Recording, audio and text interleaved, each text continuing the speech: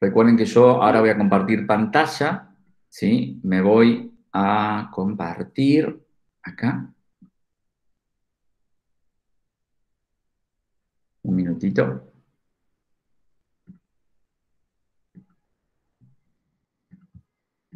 Muy bien, perfecto. Muy bien. Están viendo, ¿no? La pantalla que estoy compartiendo, que es la misma que tienen ustedes. Sí, profe. Oh, bueno, bien, buenísimo. Bueno, la semana pasada habíamos repasado un poquito de la anatomía, la fisiología y algo de la semiología que hacía la vía aérea, ¿sí? Que es la comprometida, toda, ¿no? Pero bueno, obviamente se pone énfasis especialmente en la vía aérea intratorácica y la vía aérea pequeña, ¿sí? Que son los bronquiolos terminales y respiratorios, que son los más perjudicados en las infecciones respiratorias agudas bajas, como el caso de la bronquiolitis. Habíamos definido bronquiolitis donde había que desglosar la definición porque una inflamación difusa y aguda, las vías aéreas inferiores, ya habíamos podido entonces saber qué es lo inferior, la naturaleza infecciosa, habíamos avanzado sabiendo que siempre son virus, ¿sí? Y si hay una etiología viral predominante, es el virus incisional respiratorio, que uno le presta mucha atención porque son los virus que más secuelas dejan en la salud de este niño. Recuerden que, por definición, es muy propio de esta enfermedad de niños de hasta 2 años de edad, ¿sí? Difícilmente encuentro un niño de 6, 8 o 9 años con bronquiolitis. No. Por definición de texto, se considera que la bronquiolitis es una enfermedad de hasta los 2 años de edad y tiene un pico que es 3 meses, 6 meses de vida, ¿sí? Es donde más impacta esta enfermedad, en tanto el grupo etario, ¿no? Que serían lactantes dentro de una primera infancia, que se expresa clínicamente por una obstrucción de la vía aérea pequeña. Eso ya lo hemos explicado, el desglose de la vía aérea pequeña y cómo en los bronquiolos terminales y respiratorios que carecen de eh, pocos cartílagos, ¿sí? Son fácilmente colapsables. Y las sibilancias es el producto de aquello que se escucha cuando estas vías aéreas pequeñas colapsan, ¿sí? Cuando la vía aérea pequeña colapsa, se escucha un ruido. ¿Cuál es? Las sibilancias, que predomina siempre de manera expiratoria y cuando lo hace también durante la inspiración, es que el cuadro se está complicando. Bien, habíamos visto, estoy repasando un poco, creo lo que habíamos visto, ¿sí? Igual esto está en el video que ya está publicado, así que si alguno dice quiero repasar, mira, va a estar este video publicado más los 2 videos que ya estaban. La epidemiología, bueno, la acabamos de decir, virus sincicial respiratorio, influenza, parainfluenza, adenovirus y rinovirus. Siempre es viral. ¿Qué puede pasar? Que encuentren un paciente que te digan, este niño tiene bronquiolitis.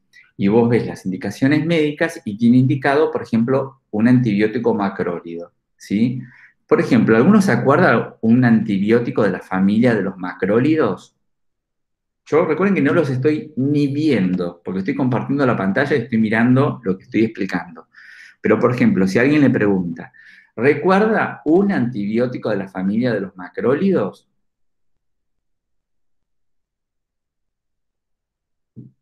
¿Alguien se acuerda alguno? La citromicina puede ser. Perfecto, gracias. Acitromicina, claritromicina, ¿sí? Eritromicina, son todas las familias de los macrólidos. Entonces, ¿qué pasa? Yo a veces uno mira a un niño con bronquiolitis, tiene diagnóstico de bronquiolitis, y de repente, esperen que voy a dejar pasar a alguien que tengo que entrar acá. Acá, muy bien. De repente uno mira, ¿sí? Que tiene ese paciente con bronquiolitis y tiene indicado un antibiótico. Entonces la pregunta es, ¿pero no era que era viral la enfermedad? ¿Por qué tiene un antibiótico? A ver, les pregunto a ustedes, ¿por qué una persona con una infección viral, ¿sí? Respiratoria, ahora le indicaron un antibiótico? ¿Qué pudo haber pasado? Es a modo de prevención, puede ser, profe. Bien, bien una cosa, los antibióticos a modo de prevención no se dan, ¿sí? Yo no puedo Claro, decir, pero al tener un viral puede ser que llegue a formar bacteriana. Entonces es la única manera de explicación de que se le puede dar un antibiótico. Ahí sí, ahí me gusta más. Entonces podemos decir que todo paciente con una infección viral respiratoria, ¿sí? Deja la oportunidad de la colonización de bacterias, ¿sí? El parénquima pulmonar está sobrellevando una infección viral y se sobreagrega una infección bacteriana, ¿sí?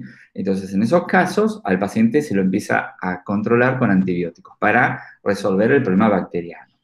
Porque el viral, recuerden que los antibióticos no hacen nada. Muy bien. El cuadro clínico, tenemos unos primeros días donde hay rinorrea. ¿Rinorrea qué significa, por ejemplo? Que es tan frecuente en el invierno, en adultos, en niños. Rinorrea. Es cuando le sale fluidos por la nariz. O sea, en este caso sería como moco, más o menos, ¿o no? Muy bien. Entonces, es las secreciones, ¿sí? Que son muy fluidas y discurren por los orificios nasales. Muy bien. Esperen que damos permiso acá. Sigo.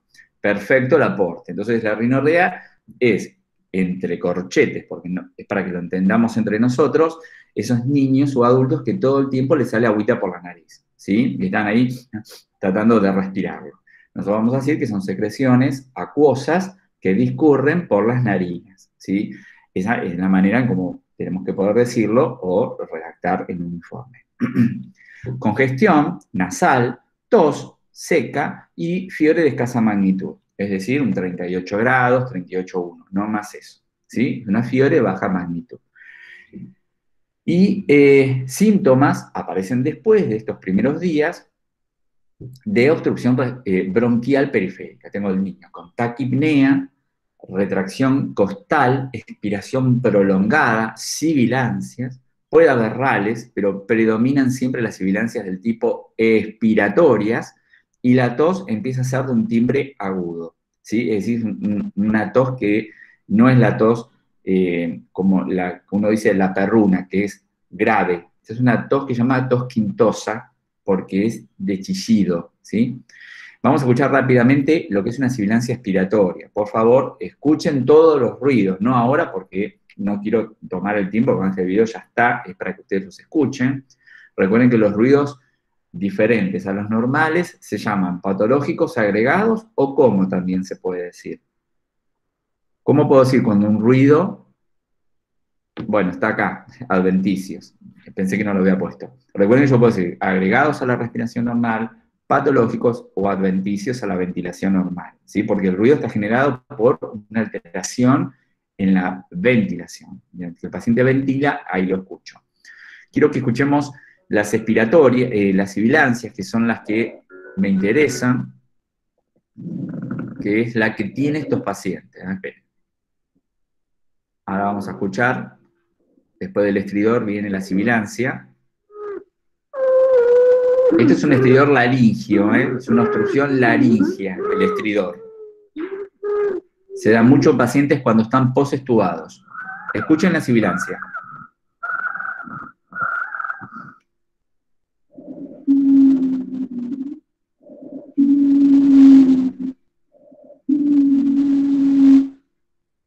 Bien, es como te lo dice el nombre, sibila, silba, y es predominantemente expiratoria.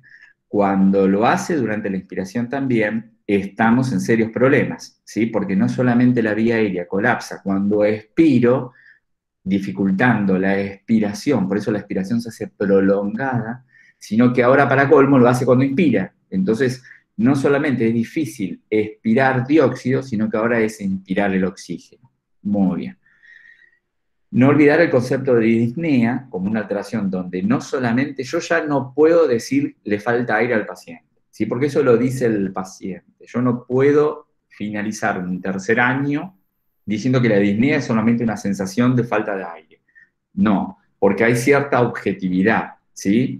Puedo decir que lo que refiere el paciente es una sensación de falta de aire, sed de oxígeno, pero la disnea es una alteración en el patrón de ventilación, esto está acá escrito en la página, estoy nada más que desarmando las explicaciones, donde una o más características están alteradas y no se logra cubrir la necesidad metabólica de oxígeno.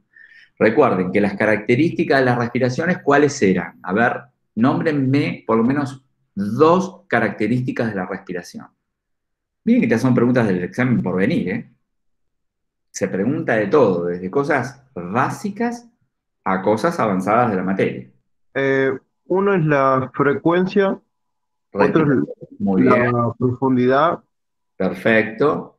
y ahora no recuerdo otro. Bien, tenemos el ritmo, perfecto, y la facilidad La respiratoria. amplitud, ¿Eh?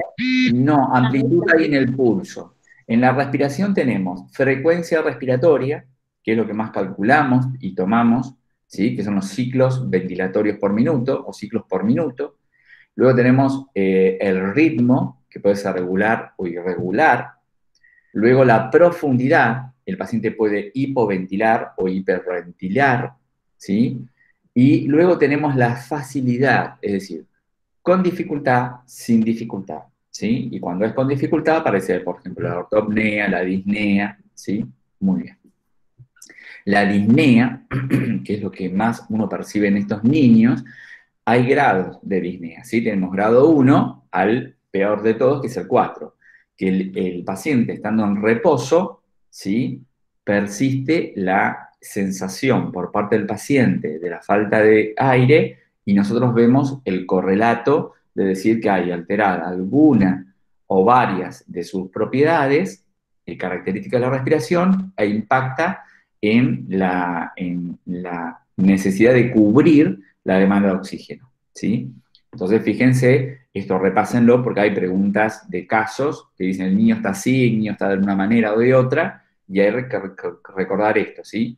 Un niño que, por ejemplo, te dice, mira, cuando camina, aparece la disnea, es un grado 2. Cuando está comiendo y viendo la tele, grado 3. Está sentado mirando la tele, grado 4. ¿Sí? Muy bien. El score de tal, como cualquier score, lo que intenta hacer, ¿sí? Es tratar de dar una valoración objetiva a lo que estamos viendo, ¿sí? Si varios estamos viendo el mismo paciente, a veces puede pasar que uno lo vea mejor y otro lo vea peor. Entonces, para que eso no suceda, es muy bueno usar un score, porque el score lo que hace es unificar el criterio, ¿sí? Y sacar el sesgo de subjetividad. Es decir, yo lo veo mal, vos lo ves bien, bueno, vamos a ponernos de acuerdo. ¿Con qué? Con un score. Entonces, un score lo que permite es alcanzar objetividad en la valoración y unificar criterios. El score de tal, ¿sí? Para lo que sirve, que es una pregunta clásica, ¿no? ¿Para qué sirve el score de tal? A veces uno lo pregunta y te dicen, ¿es para valorar la frecuencia respiratoria cardíaca? No, eso no hace el score de tal. Esas son la herramienta que tiene intrínseca para valorar, pero no es la definición para qué sirve, ¿sí? El score de tal lo que permite es unificar el criterio de lo valorado y darle un puntaje en torno a la severidad de la insuficiencia respiratoria, ¿sí? Lo que está valorando, lo que hace el score de tal es unificar por un lado el criterio de la valoración y entre paréntesis, ¿qué valoraste? Y sí, la frecuencia cardíaca, respiratoria, la auscultación de sibilancias o si hay uso de músculos accesorios. Eso entre paréntesis. Punto para darle un puntaje en torno a la severidad que tiene de insuficiencia respiratoria al paciente. ¿Sí?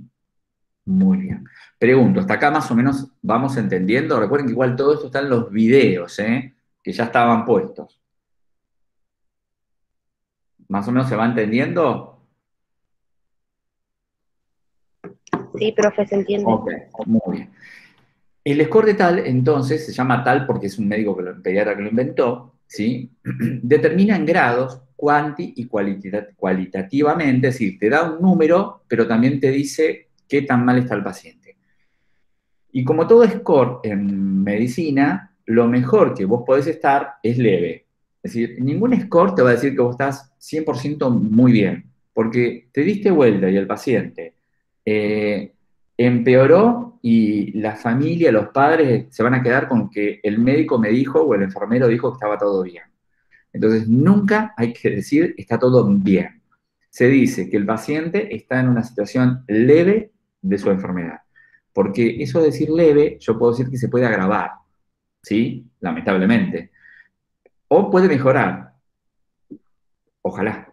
Pero si yo digo que está muy bien, los padres se agarran del muy bien, y si el chico empeora, te van a decir, ¿por qué se puso tan mal si estaba tan bien? ¿Sí? Van a ver blanco o negro, no van a ver los grises que vemos nosotros. Entonces, este score en particular te dice que lo mejor, aún sacando 0 de puntaje, ahora vamos a aprender a usarlo, usted está leve. Es decir, bueno, el estado de insuficiencia respiratoria de su hijo es leve. Es decir, vos le estás diciendo, mire, la insuficiencia la tiene, aunque no se vea mucho, está, ¿sí? Es leve. Puede empeorar, puede mejorar. Pero ahí tenés el changüí para ir para un lado o para el otro. Bueno, acá el Bester dice, termina en grados cuantitativos la severidad de la incapacidad ventilatoria, ¿sí? Porque principalmente acá el problema es ventilatorio, ¿sí? Hay un score de tal que también se está usando, pero yo puse el que actualmente en la Sociedad Argentina de Pediatría, SAP, estamos usando, que es este. Pero hay uno nuevo que es el modificado, donde también se valora la saturación de oxígeno, ¿sí? Pero nosotros estamos usando este. Yo digo porque si alguno ve uno diferente, sepan que ese es uno que se está empezando a usar, pero en Argentina, la SAP, Sociedad Argentina de Pediatría, estamos todavía con este puntaje de tal que vemos acá, este score. ¿Cómo se usa esto? Bueno, preferentemente el niño tiene que estar sin llorar, sin fiebre y en reposo. Porque si el chico llora, la frecuencia cardíaca vuela, la frecuencia respiratoria es incontrolable, ¿sí? Y se van a escuchar más ruidos de llanto que las sibilancias que yo estoy buscando. Y sin fiebre, ¿por qué? ¿Por qué el niño tiene que estar sin fiebre? Les pregunto a ustedes, como un adulto también, ¿eh? Esto no hace falta haber hecho mucha pediatría.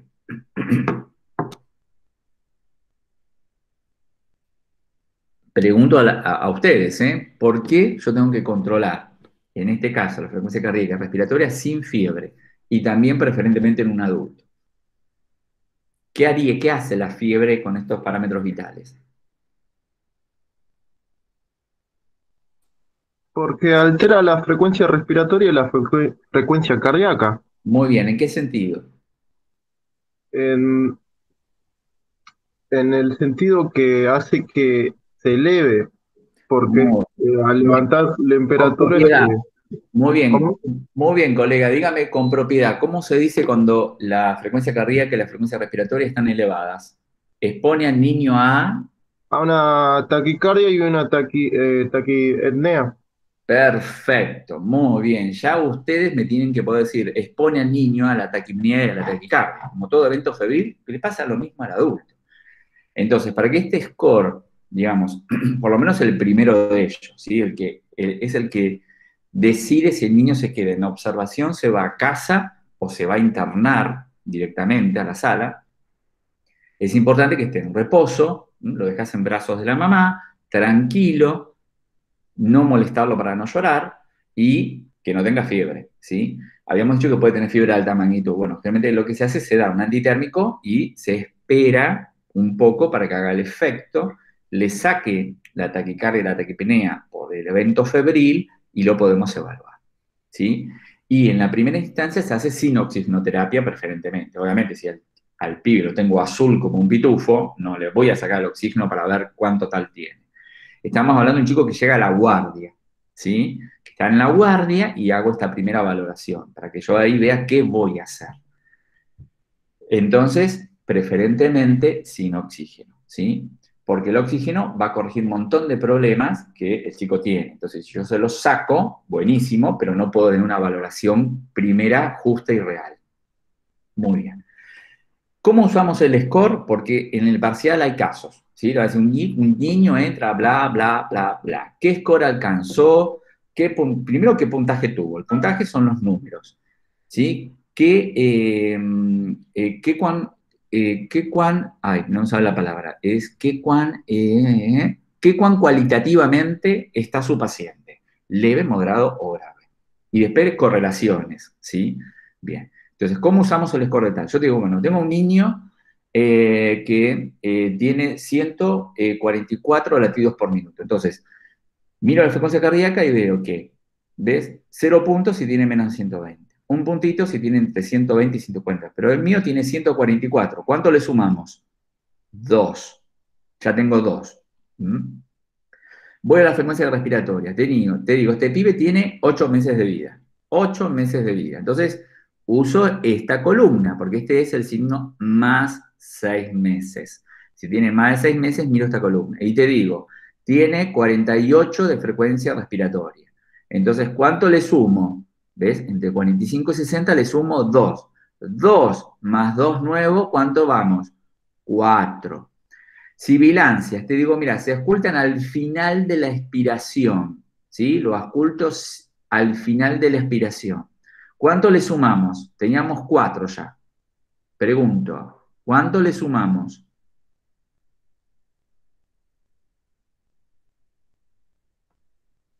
1.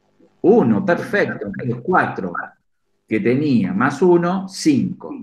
Y te digo, mira, la retracción costal, ¿sí? Es subcostal, ¿sí? Tiene un poquito de retracción subcostal. Subcostal que está debajo de las costillas, ¿sí? Déjenme ver, porque yo tenía un video de retracción.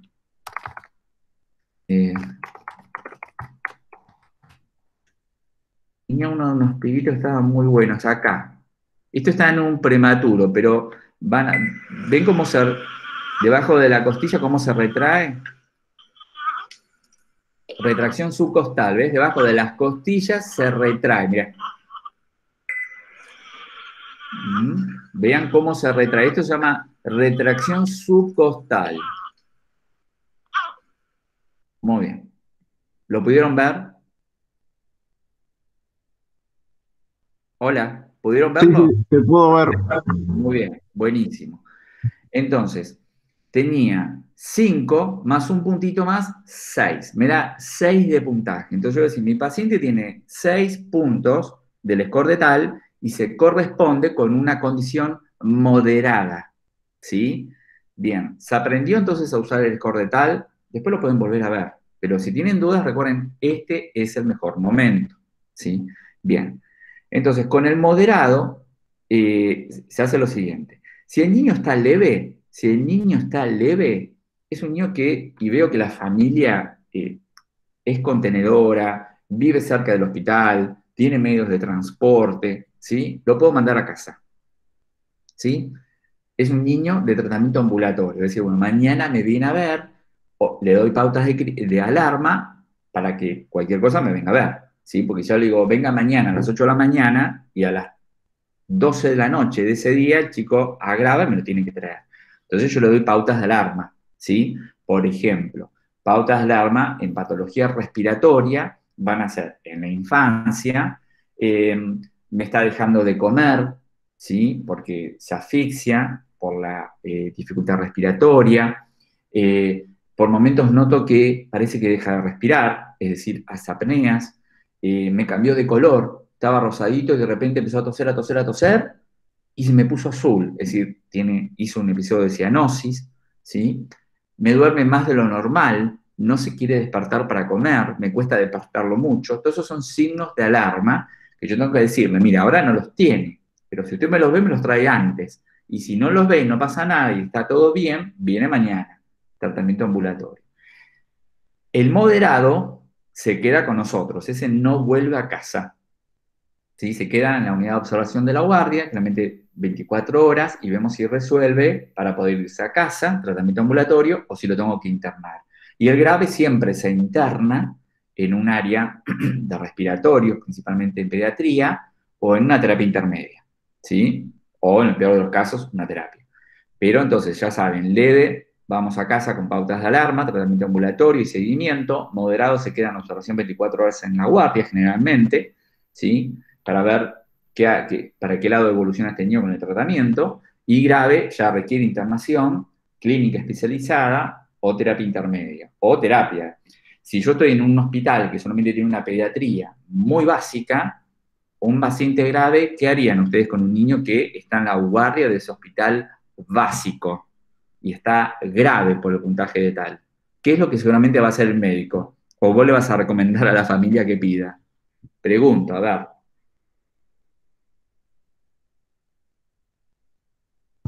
Se pide una derivación a otro hospital más preparado, pero tiene que estar autorizado por el médico y tiene que acompañar el médico hasta Perfecto, al otro hospital. excelente. ¿A quién estoy escuchando? Esto es el... Stressel, excelente lo de Stressel, ¿sí? Esto lo tienen que saber. Los que sean padres vayan a hacerlo, o sean ustedes enfermeros, ¿sí? Porque lamentablemente hay muchos lugares donde le dicen, mire, acá no podemos, su hijo está grave, no podemos hacer mucho, llévelo al hospital de Garham. Y se lo dan a los padres y se van los padres en remis, ¿sí?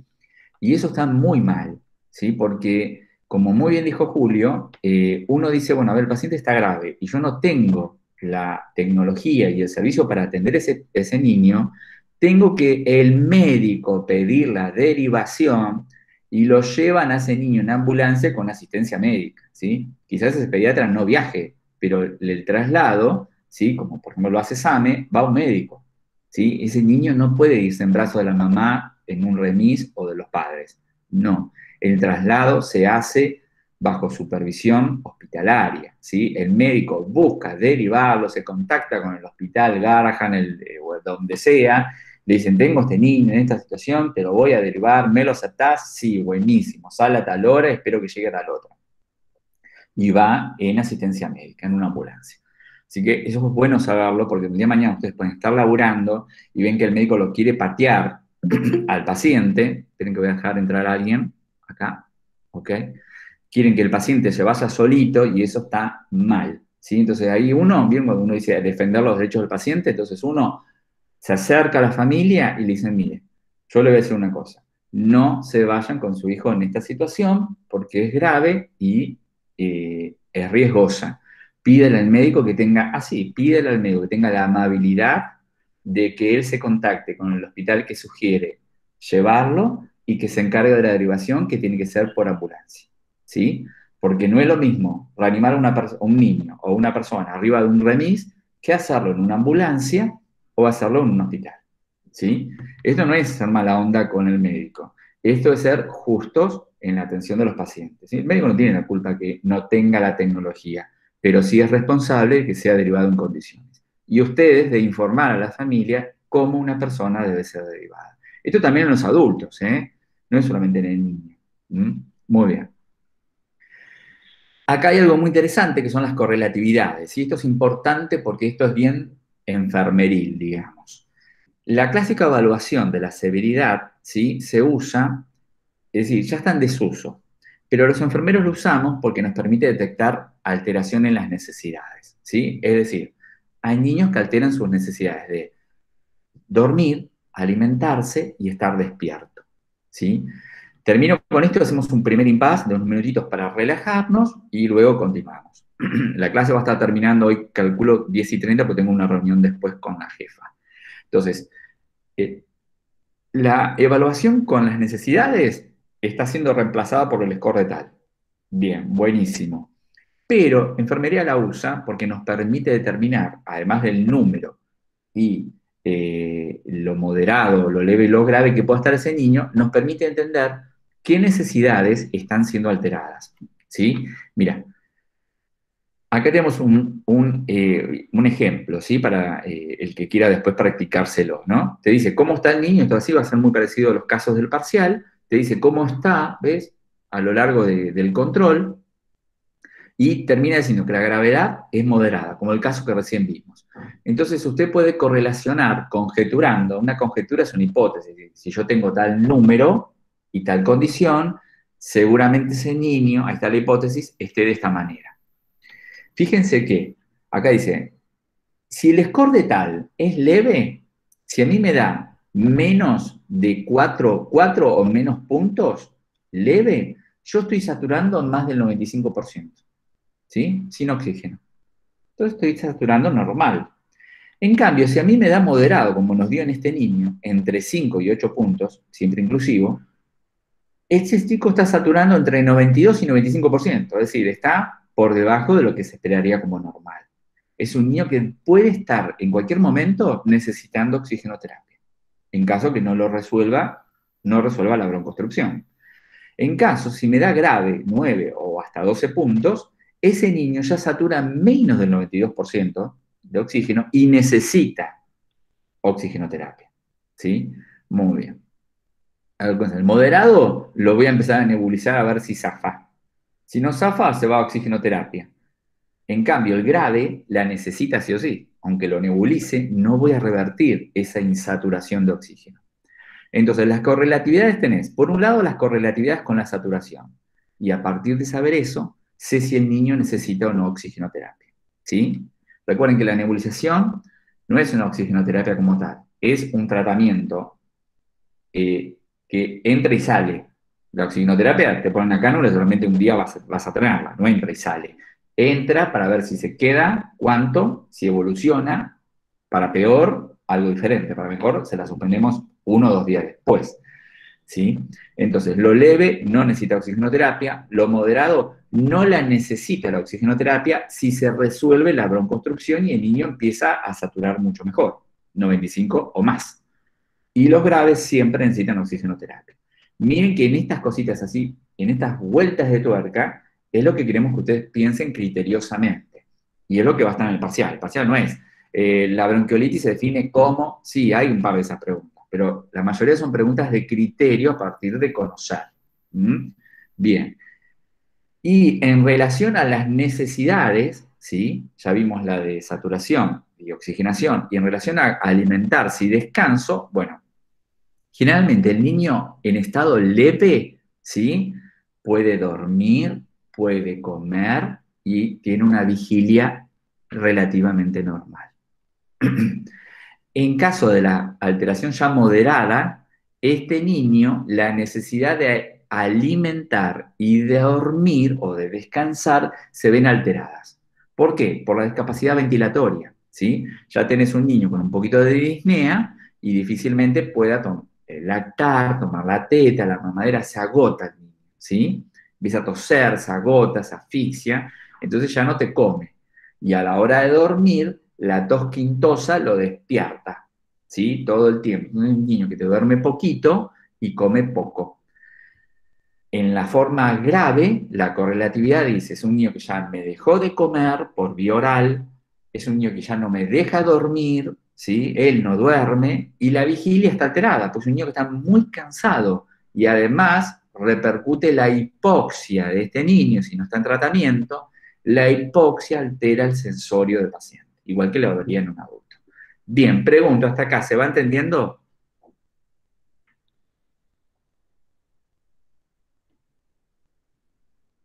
¿Se va entendiendo?